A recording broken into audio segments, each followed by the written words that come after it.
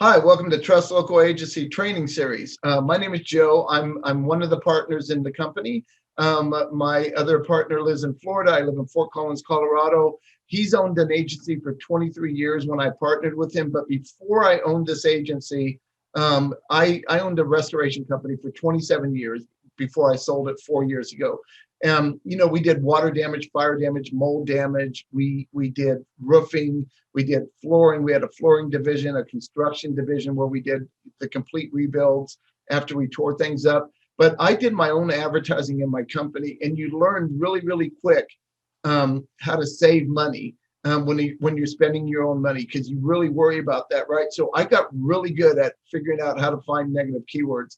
And this is what you're going to be learning through this series. You're going to learn some of my secrets, some of my trade secrets that I used in my own company, and now I use it for our accounts throughout the world where we have accounts. And so I'm going to teach you how I do things. Now, it's not what you think. It's not like you go in there and you spend a couple of hours and you get a list of negative keywords and you're good to go. This takes days. I just did an account for a dog dog kenneling, boarding, and training. And I've never done that. So I knew nothing about that type of business. It took me 3 days of hard work, like full days, to come up with all the negative keywords, over 2,000 of them. Because think about this, I'm going to be teaching on odor control throughout this thing. We're going to be using like an odor company that we work with, and odor removal, like cat urine, dog urine, skunk, smoke, those kind of things inside buildings and vehicles. And so if you're an odor control company, the one thing you don't want to come up for is underarm odor, foot odor, things like that. So you get really good at starting to negative out those kind of words, because if somebody clicks on your ad and you don't do foot odor or underarm odor removal, you just paid for that. And so I'm going to teach you how to avoid that, how to save money. My specialty is working with lower budget companies because, service businesses that I did for nearly 3 decades.